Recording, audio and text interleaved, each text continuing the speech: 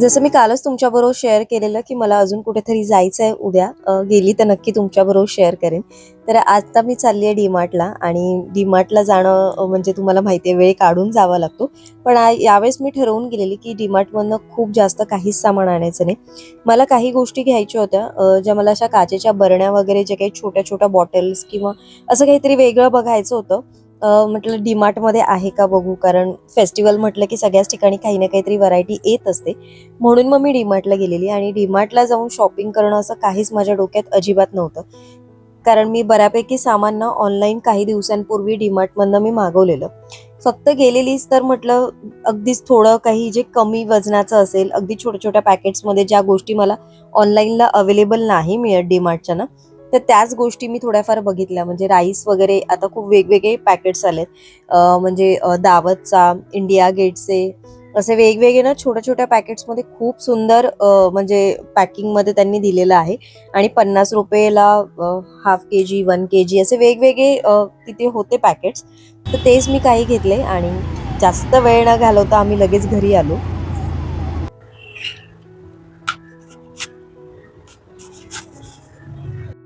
जाऊन आल्यानंतर संध्याकाळी काहीतरी नाश्ता हवा होता. म्हणजे सचिनला जिमला जायचं होतं. त्याच्यामुळे मग म्हटलं काहीतरी मिल्कशेक किंवा स्मूदी वगैरे असं काहीतरी बनवते आणि माझ्यासाठी ॲपलच खाईन मी. कारण मला ते आता संध्याकाळी जर मिल्कशेक किंवा ही जी स्मूदी वगैरे प्यायली ना, तर मग खूप जास्त हेवी होऊन जातं. जसं मी तुम्हाला मागे पण म्हटलेलं, की मग जेवायला अजिबात होत नाही. म्हणून मग हाफ ॲपलचं मी स्मूदी तयार करणार आहे आणि हाफ ॲपलचं मी माझ्यासाठी कट करून घेणार आहे. आणि माझ्यासाठी जेव्हा मी असं कट करून ठेवते ते काही लगेच खाणं होत नाही. तर मी असं बऱ्यापैकी जे कटिंग करायचं असतं ते कटिंग करून घेते आणि मग याच्यावरती ना थोडंसं मीठ टाकून मग ते साईडला ठेवते. जर पूर्ण दिवस ठेवायचं असेल वगैरे तर मग डायरेक्ट जो ट्रान्सपरंट फॉईल पेपर येतो ना तो लावते आणि मग फ्रीजमध्ये ठेवून देते.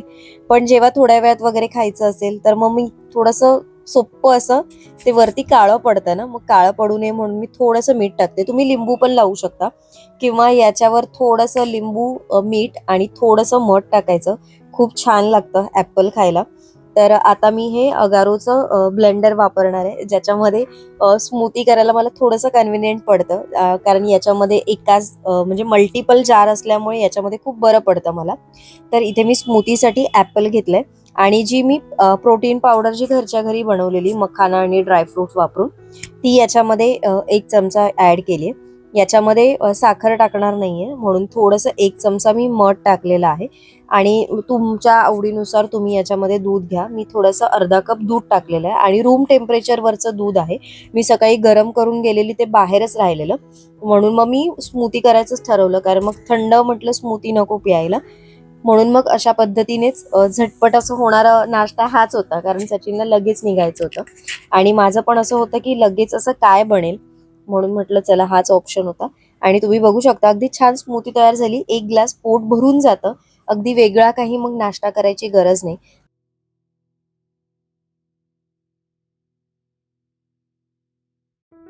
नाश्त्यासाठी मी थोडासा चिवडा पण घेणार आहे, कारण चिवडा जो बनवून ठेवला ना ऑलमोस्ट तुम्ही बघाल त्याची अर्धी बॉटल संपली पण. खूप छान चिवडा झालेला पोह्यांचा, असा पातळ पोह्यांचा चिवडा. मी पहिल्यांदा तळून करायची तर त्याच्यामध्ये ना खूप तेल जास्त लागायचं. मग नंतर मग मी असं भाजून करायला लागले ना तर तो पण छान होतो.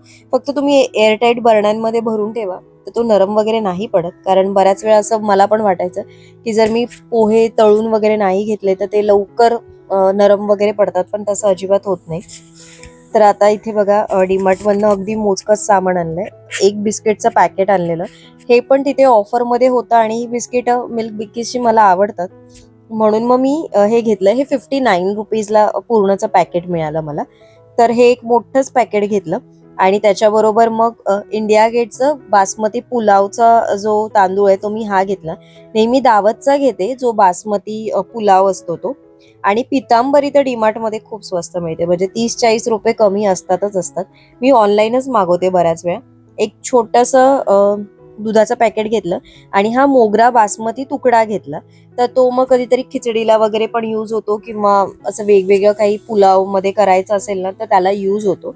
तर आता ते रिफिल करून घेते, कारण मग ते राहून गेलं तर राहून जाईल आणि आज पहिल्यांदाच म्हणजे फार कमी वेळांमधली आजची वेळ असेल की मी डीमार्टमधनं एक्स्ट्रा काहीच घेतलं नाहीये. अवघं मी तुम्हाला सांगू 600-700 रुपयापर्यंत माझं बिल झालेलं, खूप जास्त बिल झालं नाही. बाकीच्या ज्या गोष्टी आहेत त्या मी माझ्या काचेच्या बॉटल्स आणलेल्या, ज्या मला माझ्या काही हॅम्पर रिलेटेडमध्ये किंवा अशा गोष्टींसाठी यूज होणाऱ्या होत्या. तर माझं असं काही फिक्स नसतं. मला जिथे आवडतील म्हणजे जिथे व्हरायटी मिळेल मी तिथून सामान घेते. मग मी त्याचं थोडेसे जास्त पैसे किंवा कमी पैसे असे बघत नाही. मला कुठे आवडलं, मला असं वाटलं की इथे छान मिळतात, तर मग मी तिथेच घेते. तर हे तांदूळ पण तसेच आहेत, जसे माझे आधीचे तांदूळ होते ना तसेच आहेत सेम. म्हणजे एवढा काही फरक नाही वाटत आहे. फक्त हे किंचितसे मला थोडेसे जाड वाटले आणि पहिले जे तांदूळ होते ना ते मी वरतीच टाकलेत, कारण ऑलमोस्ट सेम आहेत.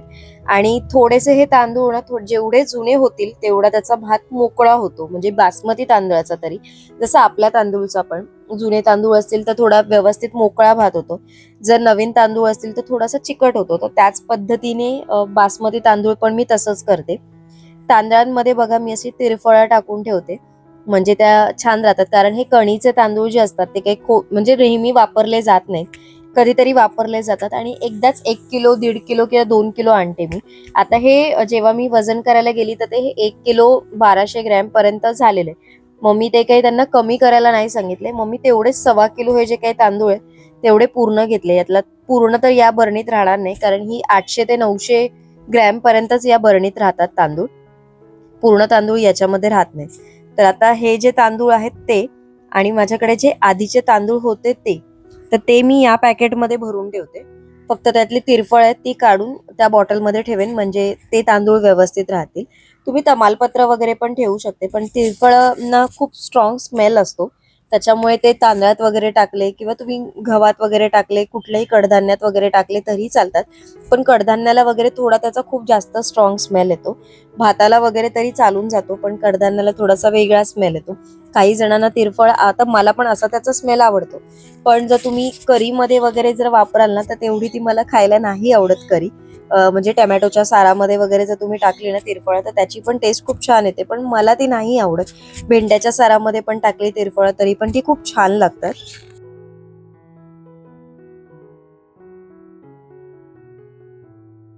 आज कितीतरी दिवस मी म्हणत होते सकाळच्या नाश्त्यासाठी हे करून ठेवायचं, पण फायनली म्हटलं नाही आज करून ठेवू. तर चणे माझे ह्यावेळेस मी जे भरलेले ना ते संपलेच नाही, म्हणजे माझ्या लक्षातच राहत नाही ते थोडे थोडे घेऊन जायचे वगैरे. आम्ही असेच थोडेसे कधीतरी संध्याकाळचं वाटलं तर तोंडात वगैरे टाकतो, बस तेवढंच. तर आता हे चणे आहेत, तर गूळ चणे तुम्हाला माहिती आहे सगळेच जण आपण आवडीने खातो, पौष्टिक पण असतात, चांगले असतात. तर मी आता हे सर्वात आधी हे चणे भाजून घेणार आहे, कारण थोडेसे नरम असतील म्हणून. मग ते थोडेसे गरम करून घेणार. खूप जास्त अगदी भाजायचे नाहीत, म्हणजे त्याच्यावर अगदी जो काळपट डाग येतो ना तसा नाही आला पाहिजे. फक्त हे गरम करून घ्यायचे, म्हणजे ते नरम नसतील आतून, तर कुठेतरी ते कडक होऊन जातील व्यवस्थित. आणि हे आता मी एका पॅन मध्ये काढून घेते आणि पूर्णपणे ना ते थंड करायला ठेवणार आहे.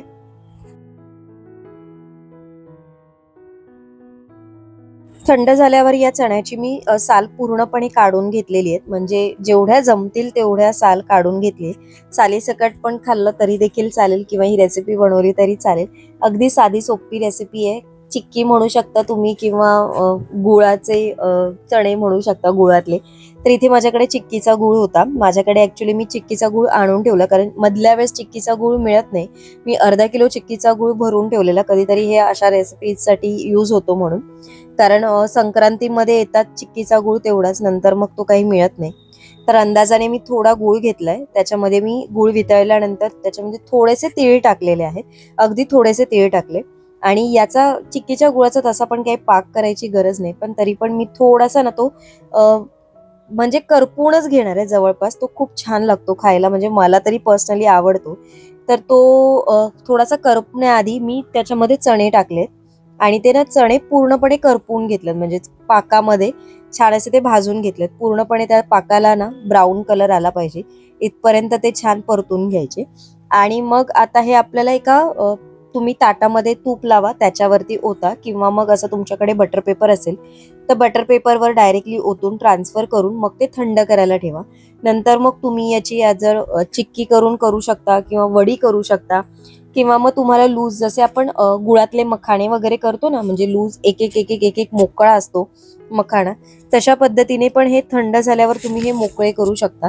म्हणजे तुमच्यावर आहे, तुम्हाला जसं पाहिजे तसं. आता वरून पण पाहिजे तर तुम्ही थोडेसे तीळ टाकले तरी चालतील, पण मी ऑलरेडी टाकलेत म्हणून मग मी आता याच्यावरती परत काही तीळ टाकणार नाहीये.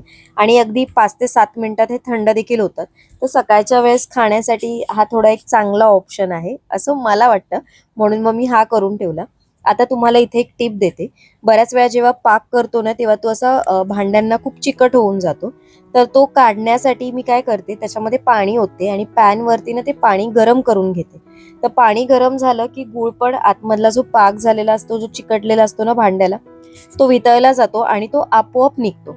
त्याच्यामुळे मग वेगळं घासताना मग थोडेसे कष्ट पडत नाही. त्याच्यामुळे अशा पद्धतीने तुम्ही जेव्हा तुमचं काम होईल, म्हणजे पॅन रिकामी झालं की थोडंसं त्याच्यात पाणी गरम करून ठेवायचं. आता मी तुम्हाला दाखवते वेगळ्या पद्धतीची थोडीशी भोपळ्याची भाजी, जी मी माझ्यासाठी करते, म्हणजे माझ्या पद्धतीने करते. तुम्ही ही पद्धत जर केली नसेल तर एकदा नक्की ही रेसिपी ट्राय करून बघा. भोपळा बघा 8 दिवस झाले मी फ्रीजमध्ये कटिंग करून ठेवलेला आणि अशा पद्धतीने स्टोअर केलेला, काहीही होत नाही, अगदी व्यवस्थित राहतो. आणि भाज्या आपण म्हणतो ना की जे कटिंग करून वगैरे ठेवू नये वगैरे, माझ्याकडे भोपळ्याची भाजी आज करू उद्या करू उद्या करू आज करू, आज नाही खायची भोपळा, अशी करत करत ती भाजी राहिलेली आहे. भोपळा तसा पण फार कमी आणला जातो, पण आज म्हटलं ही भाजी करूयाच आपण.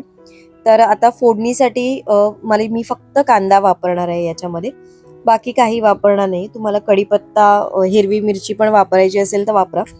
कारण मी पण म्हणजे जे आपण युजली सगळेच जण करतो ती हिरवी मिरचीची भोपळ्याची भाजी करतो. अशी लाल मिरचीची किंवा मग लाल तिखटाची भाजी नाही करत जास्त वेळा. तर आता मी इथे फोडणीला मला कांदा हवा होता. कांदा पण ऍक्च्युली थोडासा मोठा झाला, पण कांदा मग अर्धा कांदा कापून कुठे ठेवू म्हणून मग मी हा पूर्ण कांदा वापरणार आहे. माझ्याकडे ऍक्च्युली ओलं खोबरं किसलेलं नाहीये, नाहीतर ते असलं असतं तर भाजी अजून खूप छान लागली असती. तर आता भाजीला फोडणी करून घेऊ. फोडणीसाठी तेल टाकायचं याच्यामध्ये. तेल थोडं गरम झालं की आपण याच्यामध्ये ना सर्वात आधी मेथी टाकून घेणार आहे. आणि मेथीचं प्रमाण थोडंसं जास्त आहे बघा. मेथी पूर्णपणे छान तडतडली पाहिजे याच्यामध्ये. पूर्ण त्याचा जो कडवटपणा आहे तो थोडासा आला पाहिजे. त्याच्यामध्ये थोडीशी राई पण टाकायची आणि राई आणि मेथी हे कॉम्बिनेशन भाजीला खूप छान टेस्ट देतं. कांदा परतवून घ्यायचा. कांदा परतला की याच्यामध्येच थोडंसं तुम्ही मीठ टाका. त्याच्यामध्येच थोडीशी किंचितशी हळद टाका आणि तुमच्याकडचा घरचा जो मसाला असेल, आता मी मालवणी मसाला वापरते त्याच्यामुळे मी याच्यामध्ये इथे अर्धा चमचा मालवणी मसाला वापरलाय. तुमच्याकडे जो मसाला वापरत असेल किंवा नुसती तुम्हाला लाल मिरची पावडर वापरायची असेल तरी देखील तुम्ही ती वापरू शकता. भाजीची टेस्ट खूप छान लागते. परतवून घ्यायची. नंतर आपला जो भोपळा होता तो याच्यामध्ये ओतून घ्यायचा आणि भोपळ्याला शिजायला काही खूप जास्त वेळ लागत नाही. अगदी थोडंसं किंचितचं पाणी टाका किंवा मग भोपळा वाफेवर जरी तुम्ही शिजवला तरी तो पटकन शिजला जातो. तर इथे मी हे बघा थोडंसं बस एवढंच पाणी टाकलंय आणि झाकण ठेवून एक 5 ते 7 मिनिटासाठी आता आपण हे शिजवून घेऊ. भाजी शिजते तोपर्यंत आपली हे जे चणे होते ते पण थंड झालेत. तर इथे तुम्ही बघू शकता छान कुरकुरीत झालेलं आहे ते आणि ते हाताने पण निघतं आणि तुम्हाला पाहिजे तर असं तुम्ही तोडू शकता. म्हणजे जसं आपण चिक्की चे बार वगैरे करतो असं वेगवेगळ्या पद्धतीचं करतो जसं, तर तशा पद्धतीने तुम्ही करू शकता. आणि मी आता हे थोडंसं सरळ करून ठेवणार आहे कारण खालच्या बाजूने त्याला थोडंसं पाणी सुटलं असणार. तर ते मी उलटं करणार. थोडंसं आता परत फॅन खाली ठेवून देईन आणि मग हे मी एखाद्या डब्यामध्ये वगैरे भरून ठेवेन. म्हणजे सकाळी जाताना जरी हे तोंडात टाकलं तरी होऊन जातं किंवा मग ट्रेनमध्ये वगैरे बसल्यावर खायला किंवा दुपारी असं जेवल्यानंतर कधीतरी असं वाटतं की अरे हा काहीतरी खायला पाहिजे होतं, तर हा एक बेस्ट ऑप्शन आहे त्याच्यासाठी. तर इथे माझी भाजी पण तयार झाली आहे बघा. आता याच्यामध्ये वरून थोडीशी कोथिंबीर टाकायची. ओलं खोबरं असलं असतं ना तर खूप छान टेस्ट लागली असती, पण आता ओलं खोबरं नाहीये तर आज तर किसून बघते मी, आज किंवा मग उद्या किसून ठेवेन. आणि ही भाजी तयार झाली. ही भाजीची रेसिपी तुम्ही एकदा नक्की ट्राय करून बघा. तुम्हाला खरंच ही भाजी आवडेल. म्हणजे जे भोपळ्याची भाजी पिवळीवाली खायला कंटाळा करतात ना, ती ही भाजी नक्की आवडीने खातील. चला आजचा व्हिडिओ मी इथेच एंड करते. आता मला थोडंसं काम म्हणजे हे करायचं ना की दिवे सगळे काढून घ्यायचे. तर आजच वेळ आहे, नंतर मग सोमवार मंगळवार बुधवार मध्ये काही वेळ मिळणार नाही. तर आज थोडंसं ड्रॉवर पण क्लीन करून घेईन सामानाचं आणि मग दिवे वगैरे सगळे घासून वगैरे, तसे घासलेलेच असतात, काही वेगळे घासायला लागत नाही, पण परत थोडेसे काढून व्यवस्थित घासून क्लीन वगैरे आज करून ठेवले तर मग परवा बुधवारसाठी घाई होणार नाही. तसा अजून 2 दिवस आहेत. पण तरी पण कारण परत उद्या सोमवार असल्यामुळे मार्केट पूर्ण बंद असणार. फुल मार्केटमध्ये जायचंय, तर यावेळेस मी विचार करते फुल मार्केटमध्ये जाईन तेव्हा तुमच्याबरोबर बघू, मला शेअर करायचं आहे. पाऊस नसेल ना आणि मी गेली तर मी नक्की शेअर करेन, कारण मागच्या व्हिडिओजमध्ये कमेंट होती जेव्हा मी भाजी मार्केट दाखवलेलं तेव्हा, की फुल मार्केट पण दाखव. तर ते फुल मार्केट पण माझा विचार चाललाय. तर बघेन मी ते पण, जर जमलंच पाऊस वगैरे नसेल मी गेली तर लवकर शूट करेन. नाहीतर मी विचार करते सकाळी सकाळीच ऑफिसला जाता जाताच फुलं घेऊन ऑफिसला जायचं, तिथे ठेवायचं आणि मग येताना घेऊन यायचं. मग ते बरं पडतं, कारण मग संध्याकाळी मग घ्यायला गेलं ना की खूप गर्दी पण असते कधी कधी, त्याच्यामुळे फुलं पण मिळत नाही. आता पाऊस पण मध्ये येतो जातो, त्याच्यामुळे थोडंसं. आणि दादरला आता बसायलाच देत नाही शक्यतो बाहेर जर कुठे बघायला गेलं तर, त्याच्यामुळे ते पण आहे. आता बघते जसं जमेल तसं पूजा कशा पद्धतीने करायची, मांडायची म्हणजे पूर्ण दिव्यांचं, तर ते पण थोडंसं अजून डोक्यात चाललंय, अजून विचार करते. तर गेल्या वर्षी नाही, त्याच्या आधील्या वर्षी पण एक छान मी साडी नेसवलेली समईला, ती खूप जास्त आवडलेली सगळ्यांना. तर तेव्हा सगळ्यांनी मला सांगितलेलं की याचा डिटेल एक ब्लॉग, साडी कशी नेसवलीस ते दाखव आम्हाला. तर मी विचार करते की एखाद्या शॉर्ट व्हिडिओमधनं तुमच्यापर्यंत पोहोचवण्याचा प्रयत्न करायचा. अजून विचार चाललाय माझा. बघते जसं वेळ मिळाला ना तर नक्की तुमच्याबरोबर शेअर करण्याचा प्रयत्न करेन. तर चला, आजचा ब्लॉग मी इथेच एंड करते. उद्या एका छानशा ब्लॉगमध्ये भेटते. तोपर्यंत सगळ्यांना Shri Swami Samarth. Bye bye, take care. Video आवडला तर लाईक करा, शेअर करा आणि सर्वात महत्त्वाचं हाईप देखील करा. छान छान अशी कमेंट करा. तुमची प्रत्येक काही कमेंट ही माझ्यासाठी एक नवीन एनर्जी घेऊन येत असते. उद्या एका छानशा ब्लॉगमध्ये भेटते. तोपर्यंत सगळ्यांना बाय बाय, टेक केअर.